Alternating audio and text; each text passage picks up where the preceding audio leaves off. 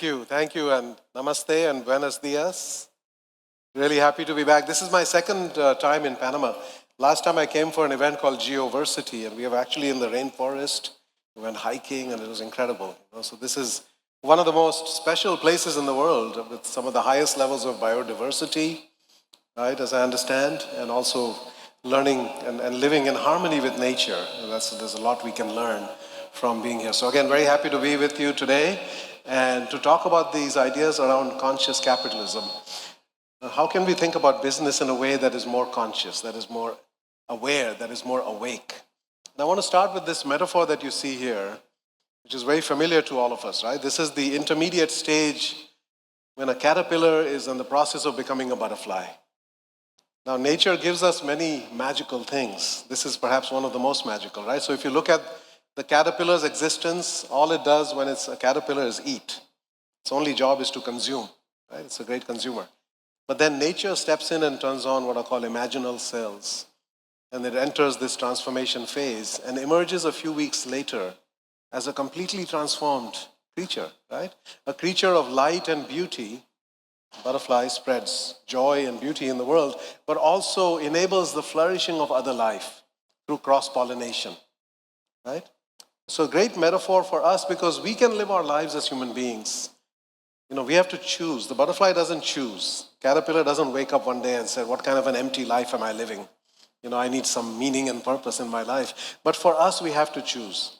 We can either live our whole life like a caterpillar. We are born like a caterpillar. That's all we can do, right? Is consume or we can evolve into creatures who spread light and beauty and also enable the flourishing of others around us.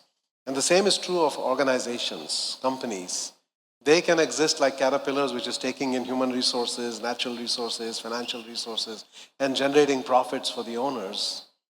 Or they can also be spreading flourishing and joy and beauty in the world. And that's really the trajectory that we're talking about here. The subtitle is Awakening to the Healing and Caring Spirit of Business. These are two dimensions that have been left out. And I'm going to talk about why we need to think about healing. There's so much suffering in the world. We need to be about healing. And we need to bring the most essential human quality there is, which is love and care. And that needs to be a central part of what business is about. So before we talk about conscious capitalism, I'll just spend a few minutes on capitalism itself. This is an idea that is not well understood by many, and many people think that capitalism just is the way things have always been. Free markets and free people. But that's actually a relatively recent innovation in human history. If you look at the economic history for the last 2,000 years, you see that per capita incomes were below $500 for most of that time. And you can go back 10,000 years, it wasn't any better. And this is adjusted for inflation, right? So most people, 95% of people were living in extreme poverty, trying just to stay alive. Imagine, today it's $1.90 a day is that cutoff, right? That was the condition of most of humanity. Only a tiny percentage of people had better lives. Most people were illiterate, right? And they lived very short lives. 28 to 35 years was the overall life expectancy. So what started to change were a few things that happened as we came out of the dark ages. We had the awakening, the Enlightenment, the Renaissance, right? All of these things, Age of Reason, Newton, Galileo. These were big steps ahead for humanity, but they didn't impact ordinary people whose lives were fundamentally unchanged. What finally did change were a few things that happened in the 18th century, starting with the Industrial Revolution around 1760 in Scotland. This was perhaps the biggest technological leap we've ever taken, because now our productive capacity went up 10 times, 100 times, even 1,000 times compared to what we could do by hand when a machine could mass produce things, right? So now we had much more productive capacity and things became less expensive and more people could afford products, right? And they also could work in the factories and make a little more money. So it resulted in an increase in living standards. Not a huge, but still a significant one. But that wasn't enough to rethink or change fundamentally what society was about. That came from an intellectual breakthrough from a moral philosopher named Adam Smith. There were no economists in those days. And Adam Smith asked the very fundamental question, why are some countries rich and others remain poor? And the book was called The Wealth of Nations, an inquiry into the nature and causes of the wealth of nations. And most people would have said it has to do with natural resources or the work ethic of the people. But he said, no, actually, his research revealed that what explained prosperity was freedom. Societies where ordinary people enjoyed greater freedom to lead their lives, to decide what they wanted to focus their lives on, to develop their passions, and then to trade the outputs of their work with each other. If you could set up a society in that fashion, that would actually lift everybody. So central planning doesn't work. People making decisions that are in their own best self-interest as they define it, that works much better. So the idea of the invisible hand of the market, allocating resources and setting prices, that came from Adam Smith. It was a major intellectual breakthrough. And these are two things that human beings want. We want freedom and we want prosperity, and they go together. Right? And that's a very, very fundamental insight. Now, Europe was not a place to implement these ideas. Right? European society was very stratified. There was a class system in place. There was very little social mobility. But that same year, 1776, when he wrote Wealth of Nations, was also the birth of the United States as a country that is based on a set of ideas. The United States is the only country I know that is created because of a set of ideas, not for other reasons. Right? And the ideas were all around freedom, religious freedom, political freedom, and economic freedom. And so this country was born, and those ideas of Adam Smith were built into the DNA of the US in the Declaration of Independence. Right? And so then you see the combination of those three things has enabled humanity to take off almost on a vertical trajectory, right? The technological breakthrough, the intellectual breakthrough, and then the oxygen of freedom that you need. That has enabled every indicator of human flourishing to rise. Per capita incomes have gone up 3,000%. Just in China and India alone, like 1.5 billion people have been lifted out of extreme poverty. Life expectancy has gone from 28 to 73. Literacy has gone from 14 to 90%. The percentage of people still living in extreme poverty is down from 90% in 1800 to below 9% today. Right? So capitalism has done more for ordinary people than any other idea that we've ever had. But we also have to recognize that we're living in a world where most people don't actually have a lot of confidence in business. They don't trust business, especially big business, large companies of any size. You can see it in the data in the US that this is the home of global capitalism, right? The United States. And yet 86% of Americans do not trust big business to do the right thing. What is right for society, what is right for our planet, what is right for their people. So there's a lot of cynicism about business today, despite all of the advances that we have made. And the question is, why is that? And you start to look at some of the data that said, how do people feel about their jobs, about their companies, and find that 88%, 7 out of 8 people feel that their company doesn't really care about them as a human being. Right? You only matter to the extent that you can help us make more profit. Otherwise, you don't matter. Who you are and what your life means is not important. And then if you look at the economic side of this, in the long run, capitalism has lifted up a lot of people. But in the last 40, 50 years, something seems to have happened where worker pay has been more or less flat and executive pay has gone up in the US 1,000%. Over 40 years, and worker pay was only up 10%. So this income inequality is rising. And you see in a rich country like the US, before the pandemic, which was a time of economic boom, that 40% of Americans had less than $400 in their bank account. Okay, and if they needed $2,000 for an emergency, your car breaks down, your child gets sick, you don't have insurance, your heating system breaks down in the winter, they would not be able to deal with that emergency. And they could lose their home, they could lose their car, many terrible things could happen, right? And this in a rich country like the US, where 50% of Americans live paycheck to paychecks, 2/3 of Americans have hourly jobs, not a salary job with benefits, right? So the benefits of this system, capitalism, are not flowing very well to everybody. It's working very well for the 20, 30% of people at the top, but it's actually not working well for ordinary people. And you see it in Latin America especially, where the income inequality is pretty high. These numbers are hard to read, but overall, global average is 38. You can see all the countries are above that, right? Panama is at 50.9. This is a measure of income inequality. Higher the number, the greater the gap, right? So we see a lot of that. We see scenes like this pretty commonly across Central and South America and really all over the world, right? The favelas and then the luxury developments. There's a society of haves and have-nots. And that creates problems, of course. You can see that now in the last, in this 10-year period from 2012, we have seen a reversal where poverty is increasing again in these countries. Actually every single country in South America, that is the case. I don't have data for Panama on this one, right? But there's something going on where we were making a lot of progress for the last 200 years, but now in the last few decades, that progress has stalled. right? And we're seeing the return of poverty. And therefore, we were starting to see all this pain being expressed, right, out on the streets. The rise of populism, populist leaders, etc. You see on the top left there is Chile.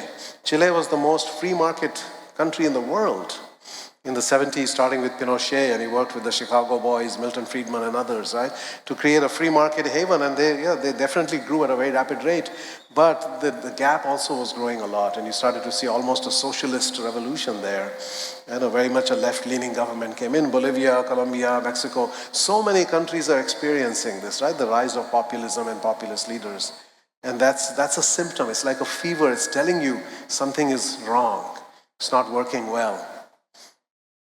And so there are a lot of global challenges that we are all facing, and income inequality is one of them, but of course climate change is a big one. Nature loss of biodiversity, 80% of the natural forests are gone, all of the species extinction that we are living through, and many of the health crises that we have, from obesity, diabetes, cancer is exploding, autoimmune disorders are rising rapidly, etc. There are many, many global challenges, and the way in which we do business actually contributes to those challenges. It has made those problems worse. But also the solution to all of those problems comes from changing the way we do business. So I would say traditional American-style capitalism is not working as well as it needs to for ordinary people and for the planet. It's working very well for a small section of the population, but not working well for everybody else, which is why all the struggles, right? So question is, where did we go wrong? And I think there was a fundamental misunderstanding or misreading of what does it mean to be a human being.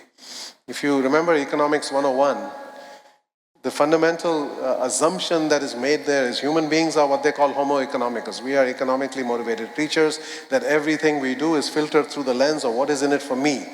It's selfish, individual, materialistic, and short-term. That's how we are supposed to think according to economists, right? And all the theories are based upon that assumption, but that actually is not an accurate description of who we are as human beings. We are the species known as Homo sapiens. And we are the most successful species in the history of this planet. And the impact that we have had on the planet as a whole is far greater. And why is that? Why have Homo sapiens had that impact? Of course, we are self-interested. We have to take care of ourselves. But that's not the end of the story. That's just the beginning. We are also increasingly self-aware and conscious of the bigger picture, right? Every other creature lives within its own bubble of what they're programmed to do. But we can become conscious of a bigger and bigger reality and understand how things are interconnected, interdependent. We are rooted in love. The giving and receiving of love is fundamental to our survival and to our existence. And that has to be factored into everything that we do. We are incredibly altruistic. We do things without expecting anything in return. Now, economists would not buy that. No, you're always some self-interest involved. No, not necessarily. We are capable of altruism. We are also incredibly cooperative. We can get hundreds of thousands, millions of people to cooperate towards a shared vision and do things, which no other species is able to do. And we are more and more purpose-driven. No other species has the ability to define its purpose. We are the only ones. For every other species, nature has drawn two lines. You're born here and you're going to die here. For human beings, there's no second line, right? We can define our lives. And so we have to have this understanding of what it means to be a human being in everything that we do, including especially business. But what did we do? We created this profit maximization idea. We're rooted in the idea that we are Homo economicus. Therefore, the only thing that matters for people and for companies is profit. That profit is the only goal of business. Milton Friedman said the only social responsibility of a business is to increase its profits. Well, that idea, which took root in the 1970s, has actually resulted in a decline in profits overall. At the US, at the level of the economy, you can see that return on assets have actually gone down as companies became more single-minded about the pursuit of profit. And at the same time, it has created suffering for customers, for employees, for the planet, for communities, etc. When every decision is made in favor of maximizing profit, then you end up squeezing your employees, suppliers, etc. So in that sense, shareholder value theory has failed, even on its own terms of making more money, and it creates a lot of suffering in the process. So what we conclude from this is that we need to celebrate capitalism. There's no better system that we have come up with in the history of humanity. to enable mass levels of prosperity to be created. And innovations, everything we look around is the fruit of capitalism, right? All the extraordinary innovations that we take for granted. But we need to elevate it with higher consciousness. Because we can do anything with different levels of consciousness, right? If I give somebody a scalpel, they can use it to kill you, or if I give it to a surgeon, they can save your life with it. It's the consciousness with which you use the tool. This is the most powerful tool, capitalism. How do we use it? If we do not do that, we will decimate it, right? This will be lost.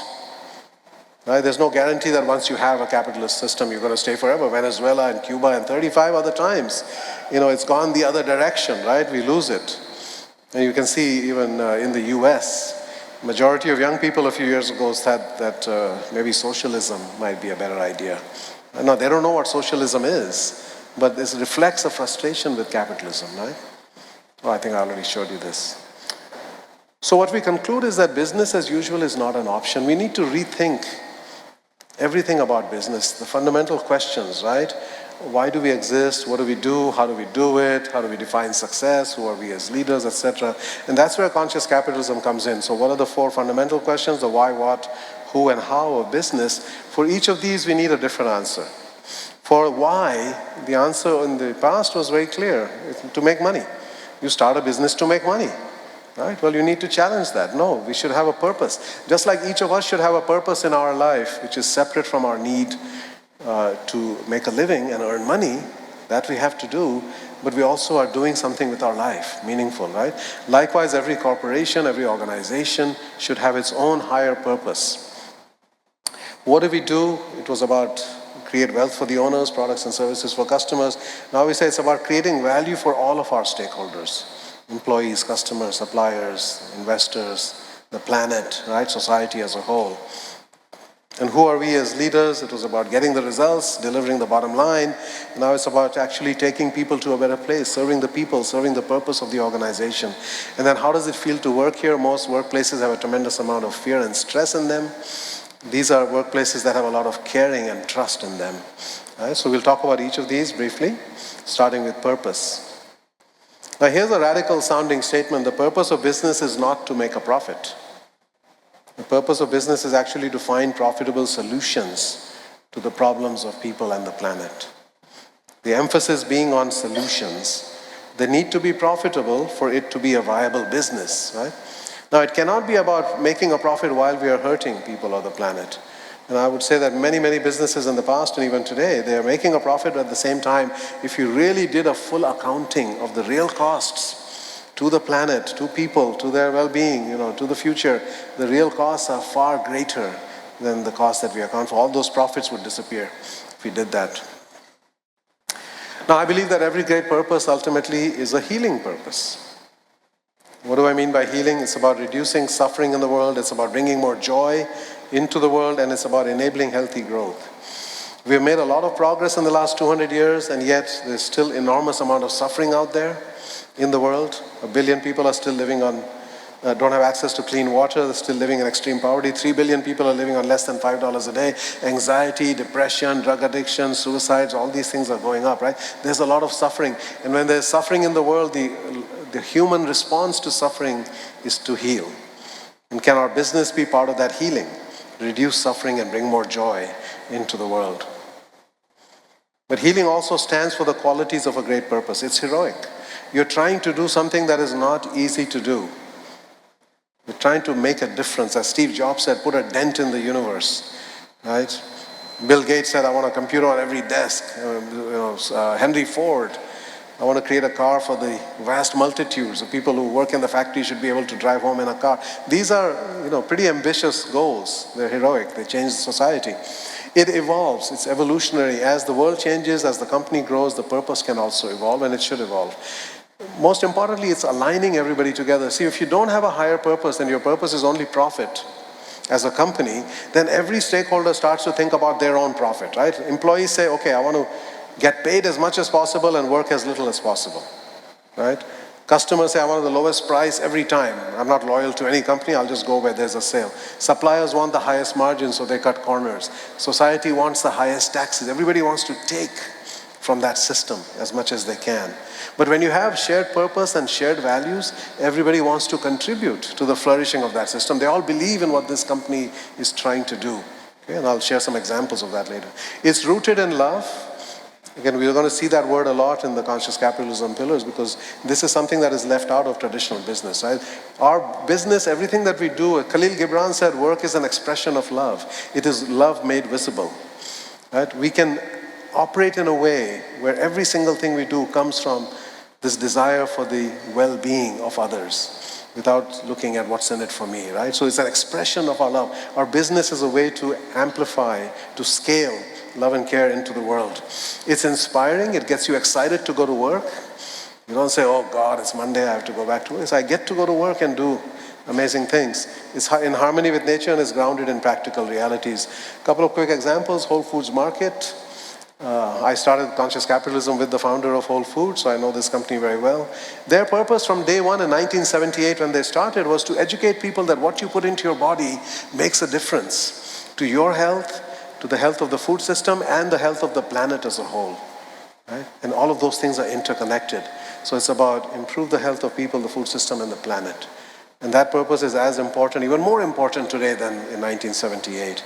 Google, when they started, Sergey and Larry wrote down this purpose. Even before they had a company, they said, we want to organize the world's information and make it easily accessible and useful. And look what it's taken them from Stanford PhD students to $1 trillion company. It has created extraordinary amounts of value and has transformed society.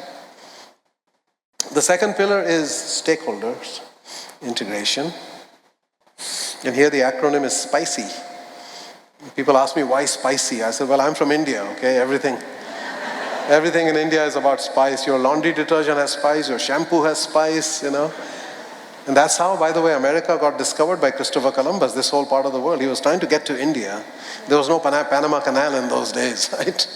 But this is how it happened. But actually it stands for the stakeholders in the right order, which I will come to in a second.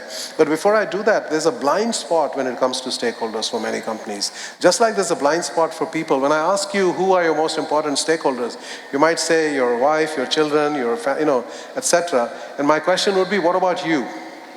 You need to be your own most important stakeholder because if you don't take care of yourself, you cannot take care of anybody else, right? And likewise with a company, the company is its own most important stakeholder. You have to make sure that the company is healthy and strong and able to survive recessions and pandemics and all kinds of challenges that will come. It has to be resilient. You need a strong balance sheet. Now, why do we need to point this out? Because it's not happening in the last 15 years in the US. Public companies, S&P 500, have spent most of their profit, almost 100% of their profit have gone to share buybacks and dividends. They have not reinvested back in the future of the company. R&D spending is down. Something like 56% of S&P 500 companies have $0 spent on R&D. Okay, so then the stakeholders, SPICY stands for, first of all, society. We have to be on the right side of society. We cannot be adding to the problems. We have enough problems in society, right? We have to be part of the solution. So can we go from having these kinds of favelas to having peace and prosperity through commerce? Create a healthy society. Partners, including our suppliers, most companies will squeeze their suppliers to pay them as little as possible, as late as possible, right? And then they're struggling to survive. Can we have genuine partnerships with our suppliers and others so it simultaneously benefits both of us? Investors who only care about the returns versus investors who care about the impact and the legacy that they're creating through their investments. Customers, we call them consumers in marketing, and we think our job is to make them consume as much as possible, right? Charge them as much as possible and get them to buy as much as possible, whether it's good for them or not. Right? And mostly it's not, right? People are becoming unhealthy because of all of that excessive consumption. Can we think of them as stakeholders and think about the quality of their life and their overall well-being, and how can we contribute to that? Employees who are disengaged and disconnected versus employees who are passionate and excited and energized and creative and innovative. And a planet that we are steadily destroying to one that we are restoring and replenishing. So again, we think about each of the stakeholders. How do we create more value at a deeper level for and with each stakeholder, right? And then recognizing that they're all connected, right? The stakeholders are part of this interconnected, living, breathing system, ecosystem, right? So you have your purpose and values, and then you hire people. This is Whole Foods. You hire people who are foodies, who care about health, So for them, their job is an extension of who they are. You treat them well, pay them well, give them lots of freedom and autonomy. They're happy, they're motivated, they're also very innovative. They come up with all kinds of ideas. You treat your suppliers well, so you have high quality products, great service. Customers are happy, they keep coming back, right? You don't need to spend any money on marketing. Whole Foods was spending 95% less on marketing compared to their industry. You don't need to. If you do the right thing for your customers, you get free word of mouth, right? And so it keeps going, and the investors benefit from that. Whole Foods, in the time that it was public, 78 until it got acquired by Amazon, had 4,000% returns to their investors as a public company, the highest in their industry. Right? So it's not that this is at the cost of investors. Everybody flourishes in that system, but you have to remember that this is like a clock. It only goes clockwise. You cannot make this run the opposite direction. You can't say, let's focus on making money and then we will give bonuses to employees and we will donate to local causes. No, you have to do the things that create value in that order, right? Recognizing it as a system, not individual components. Okay, leadership. This is what Peter Drucker said about leadership. Only three things happen naturally in organizations.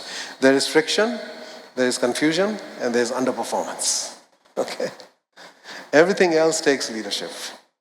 You could take the most thoughtful, brilliant, educated, conscious, caring people, put them in a room, come back an hour later, what will you find?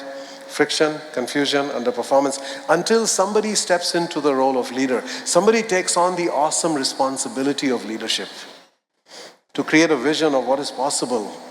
And a great leader can see beyond the horizon to what is possible and a strategy for how do we get there. So leadership is more important than ever, right? Even though people are more educated, more conscious, all of that is true, but we still need leadership.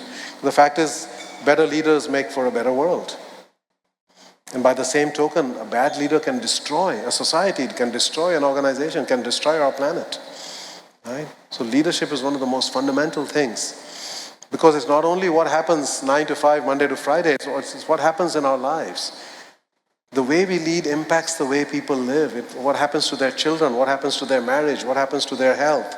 All of that is impacted by our leadership. There's some data from the CDC in the US that your primary care physician, the person you report to at work has a bigger impact on your health than your primary doctor. Okay? Because there's very toxic environments in many companies negatively impacting people's well-being.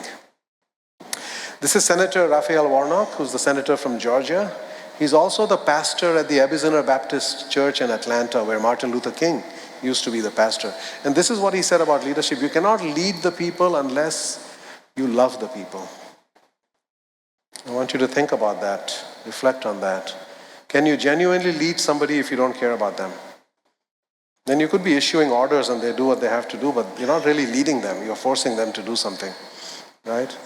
You have to genuinely care. We want our people to love us. Well, you have to love them first. Care about them, their well-being. So you cannot lead the people unless you love the people, and you cannot love the people unless you know the people, and you cannot know the people unless you walk among the people. How many leaders actually know what life is like for people at the entry level of their own organizations? Where they eat, what the bathrooms look like, how much they have to commute, all of those struggles that people go through. Leaders have to be aware of that and have to be empathetic to that, right? So that they can then create the healing that we need. The acronym here is selfless. Conscious leaders are selfless. Why selfless? The opposite of selfless is selfish. Now, you cannot be a selfish human being and call yourself a leader. No selfish human being can ever be a good leader. Why? Because the selfish human being is going to say, I can use all these people that I'm leading to achieve my personal goals, which are usually about power and money, and they're rooted in the ego. Well, that's not a leader. That is a tyrant. A tyrant uses other people to fill their own ego-based needs. A true leader is there to take people to a better place. So you have to go beyond the narrow sense of self, even beyond what Maslow called self-actualization, to what Viktor Frankl called self-transcendence. You have to go beyond the narrow self, right? In a way, you have to find yourself and then lose yourself in service of the collective self. And then it stands for the qualities of great conscious leaders. First of all, you have to be strong. this is one of the hardest jobs in the world, to be a leader. And it requires not only physical stamina, but it also requires mental strength. It requires moral courage. It requires a great emphasis on personal power, not positional power. Many leaders have a title, CEO, etc., and that gives them some power. But the question is, what happens if you take away that title? Is there still a powerful person left?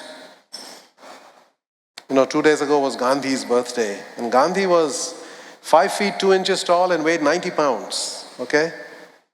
And he was a scared kid growing up. He couldn't even go into a dark room. Somebody had to turn on a light. And from that he became a giant. He cultivated himself and his inner being and ultimately changed the world. Because he had tremendous moral courage, he cultivated that, and he had great personal power. He built himself up into this being who could stand in front of a king and hold his own. We have to cultivate personal power, not just rely on positional power. Energy and enthusiasm, right? We have to make sure that and if you're purpose-driven, you naturally have more enthusiasm that comes from that sense of purpose. You have to be rooted in love and care. There's that word again, right? So this combination is critical. Strength and love must go together. Strength without love is tyranny. In the last century, we had many leaders, Stalin and Mao and Mussolini and Hitler and many others, very strong but not coming from love. They almost destroyed human civilization. The leaders who have changed the world for the better, Lincoln, Gandhi, Mandela, King, are the ones who combine great love with great strength. The combination, very strong and also rooted in love. That's what we have to do in every sphere of life. Flexibility to show up with the right approach for a given situation, very long-term orientation, thinking beyond your tenure as a leader, even beyond your lifetime, and then cultivating these other forms of intelligence, emotional intelligence, understanding ourselves, understanding others, systems intelligence, how things are connected and interdependent, and spiritual intelligence, understanding the role of meaning and purpose in your life and the lives of the people that you lead. And all those can be cultivated. See, we're born with a certain level of analytical intelligence, IQ.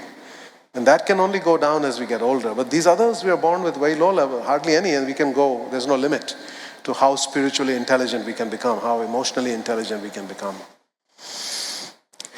And I want to emphasize the point of love and strength going together. There's a wholeness there. Right? Becoming whole. See, all of us come from a mother and a father. We have the masculine and feminine energy inside us. But in society, we have systematically suppressed the feminine for thousands of years, every civilization more or less, right? And it's all been about men and masculine energy. We need to now integrate both of those. As Carl Jung said, every man has an inner woman, every woman has an inner man. We need to harmonize and integrate both of those sides so we become whole. As Martin Luther King said, we are tough-minded and we are tender-hearted at the same time. It's not choosing one or the other. I'm a tough guy and you're a tender. No, you need to be both, right? That combination, which is healthy masculine, healthy feminine. And the fourth pillar is culture. And here again, to quote Drucker, this is almost a cliche now, culture eats strategy for lunch. Okay? Maybe it doesn't even wait until lunch. Why? Because, the strategy of every company is known pretty much to everybody, right? All the MBA students know the strategies. But you cannot replicate a great company because the cultures are unique. They are homegrown, right? And that ultimately determines whether or not you're going to succeed, whether you have a healthy culture that people are actually then going to be able to enact the purpose and carry out the strategy. And the acronym here is tactile. And the word tactile means something that I can touch. I can feel what it feels like, right? Now, culture is invisible, it's intangible. You can't put it in a box and carry it around. And yet you can feel the energy when you walk into a Whole Foods, a Wegmans, a Trader Joe, a Southwest Container Store, all of these conscious companies, you can feel the energy, you can feel the love, the air of excitement. People are happy to be there, right? As opposed to it's just a job, you can find that in many other kinds of companies. So it's very, very tangible in that sense. And then it stands for the qualities of a conscious culture. It's a high level of trust. It all begins with trust. People trust each other, they trust their leaders, right? And trust is something you have to earn through actions. It's not something you can buy. Accountability and caring go together. If you just have caring but no accountability, you can end up with a very soft culture where people get away with not fulfilling their promises. right? So you have to hold them accountable and love them at the same time, just like with children, right? Other cultures are only about accountability and there's no caring. That's very harsh. We need those together. Transparency, etc. So I want to focus again on that word caring because that's fundamental to conscious business. And this was a question that was asked by the founders of Whole Foods. Can we build a business on love and care? Because we look around and most businesses are built on fear and stress. People, we use this metaphor in English, I don't know if it's here, but we use carrots and sticks as a way to motivate people. Right? We're going to use a combination of carrots and sticks. What does that mean? An incentive or a threat of punishment? Now, what animal belongs between a carrot and a stick? It's a jackass, okay? It's a donkey, not human beings. And yet, that's how we often operate, which then leads to all this fear and stress. And hence, we have this institution called, thank God it's Friday. Most people cannot wait to escape the workplace. Do you have it here, TGIF? Is it in family? Yeah. Nobody questions the premise of that, right? You've survived another hellish week at work. And now you get to live, you get to party, you get drunk, which is very common in the US, right? And you do that again on Saturday and then Sunday, and Sunday night comes around and now what's going to happen? Monday morning is here again. Heart attacks are 20% higher in the US and in the UK on Monday morning. I just saw a new study in Sweden. It's 33% higher on Monday morning. Our work is literally killing us. 4 a.m. Monday morning is the peak of heart attacks. It's interesting when I put this slide up, sometimes people laugh in the audience. Okay? And I used to wonder, why do people laugh? And to me, this is the saddest statistic. And I realized people laugh because they cannot cry. What you want to do is cry. But it's not okay to cry. Therefore, we laugh. It's a defense mechanism, right? To brush it off. I don't want to take that seriously. Jeffrey Pfeffer of Stanford estimates that 120,000 Americans die every year from the stress connected to work. Not the work itself, it's the way we lead, manage, and organize. It's estimated that 600,000 people in China die every year from too much work. They had to invent a new word, gaolaozi. This is the human cost of doing business. When you buy a cheap product that says made in China, you don't know the real cost of that. The human suffering that went into that. And how do you account for something like this? Now, if our work doesn't kill us, it bores us to death. If you look at employee engagement worldwide, it's only 23%. 77% of people are in jobs that they don't actually care about. Right? It's just something I need to do to pay the bills. And that has a huge financial burden, obviously, all that lost productivity. If you're fully engaged, imagine what you could be doing as a human being. You could be doing 100 times bigger impact than what you're having. So there's a huge financial drain on that. And you see best practice companies are at 70%, conscious companies are actually around 90% engagement, right? That makes all the difference. So this was the basis of my getting into this whole field of research. Freud said love and work and play are the cornerstones of what it means to be human. These are essential human qualities. And my question was, why can't we combine these things? Why do we have to have them separated?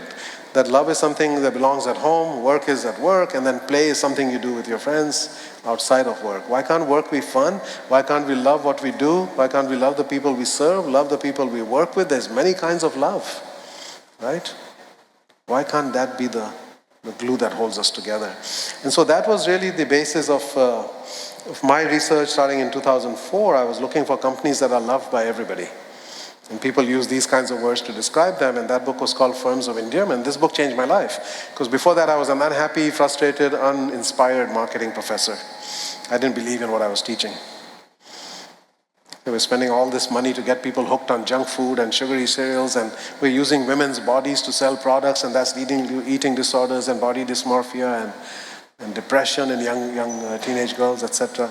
I said there has to be a better way, and that's an important thing to realize. If you ask the question, is there a better way? There's always a better way. So I was looking for a better way. I said, which are the companies that are loved by everybody, starting with customers, and what makes that happen? And I discovered the 4 pillars of conscious capitalism. These companies that were loved, I had 28 companies in the original book, and I found what was common to them, they all had this purpose. They all had these core values, right?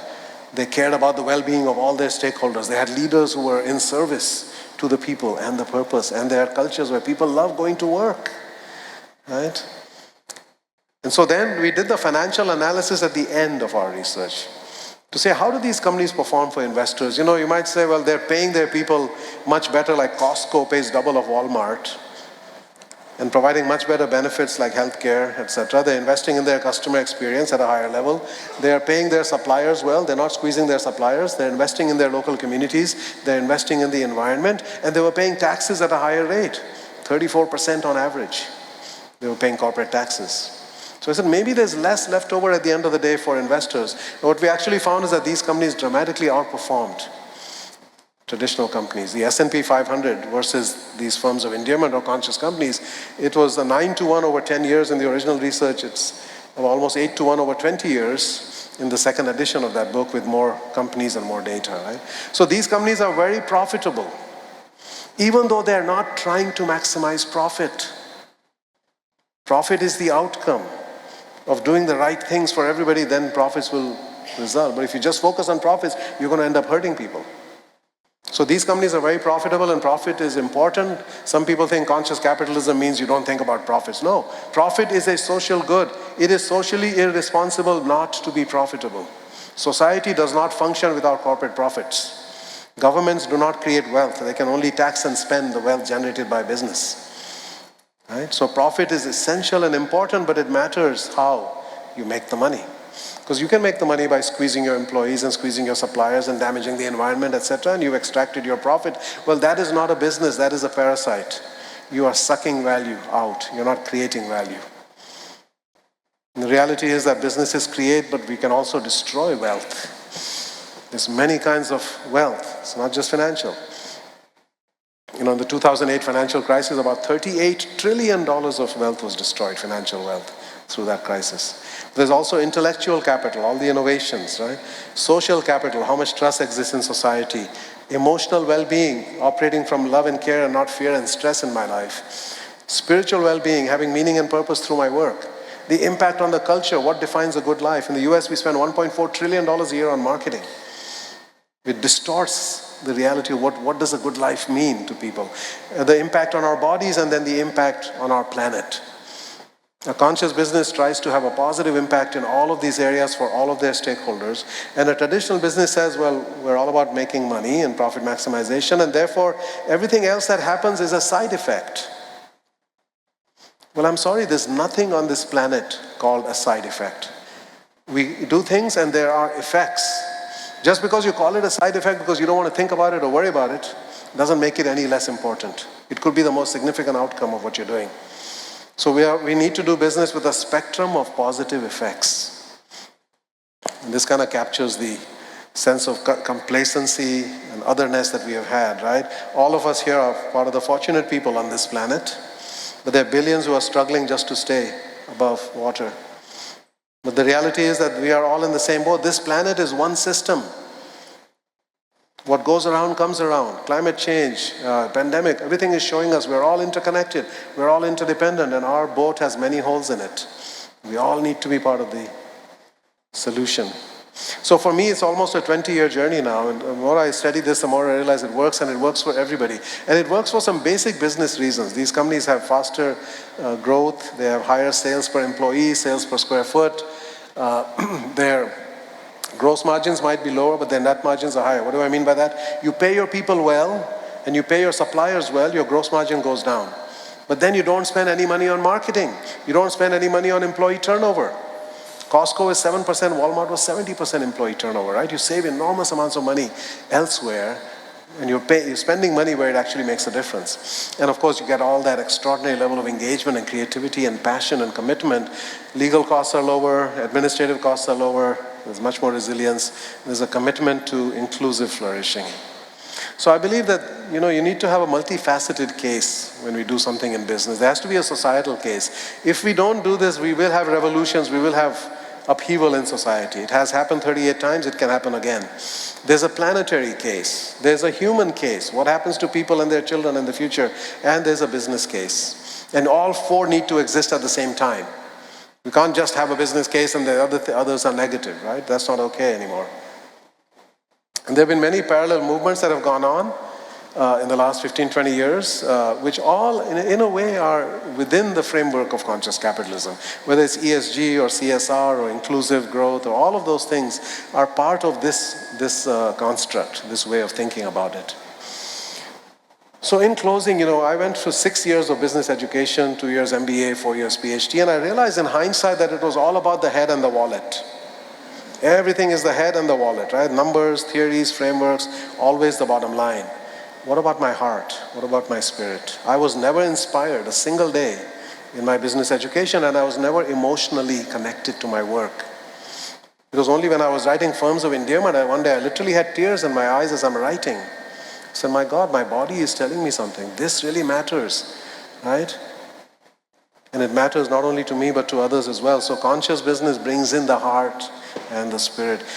Everything we do as human beings should involve all of those elements, right? We cannot separate the heart and the spirit from anything. So a new acronym I have is WISH. The wallet, it's the intellect, it's the soul, and it's the heart. All things working together. And we can bring all of that to business. John Mackey says, Whole Foods is my ashram. Ashram is an Indian word for a place of spiritual growth. You can do your deepest spiritual work at your workplace. And I believe that the CEO now needs to think of themselves not just as the chief executive, but as the conscious evolution officer. Biological evolution takes thousands of years for a species to change itself. Human evolution, cultural evolution can happen overnight or within a very short period of time, but it takes somebody to shape that evolution. And CEOs need to think about them. Say, are we evolving to higher levels of consciousness in our company at all times? So this is a way of doing business, which is a commitment to everybody mattering and everybody winning at the same time. Everybody matters in our business and everybody needs to win. If we're not there, then that means we haven't really arrived at the right approach. Okay? Thank you very much.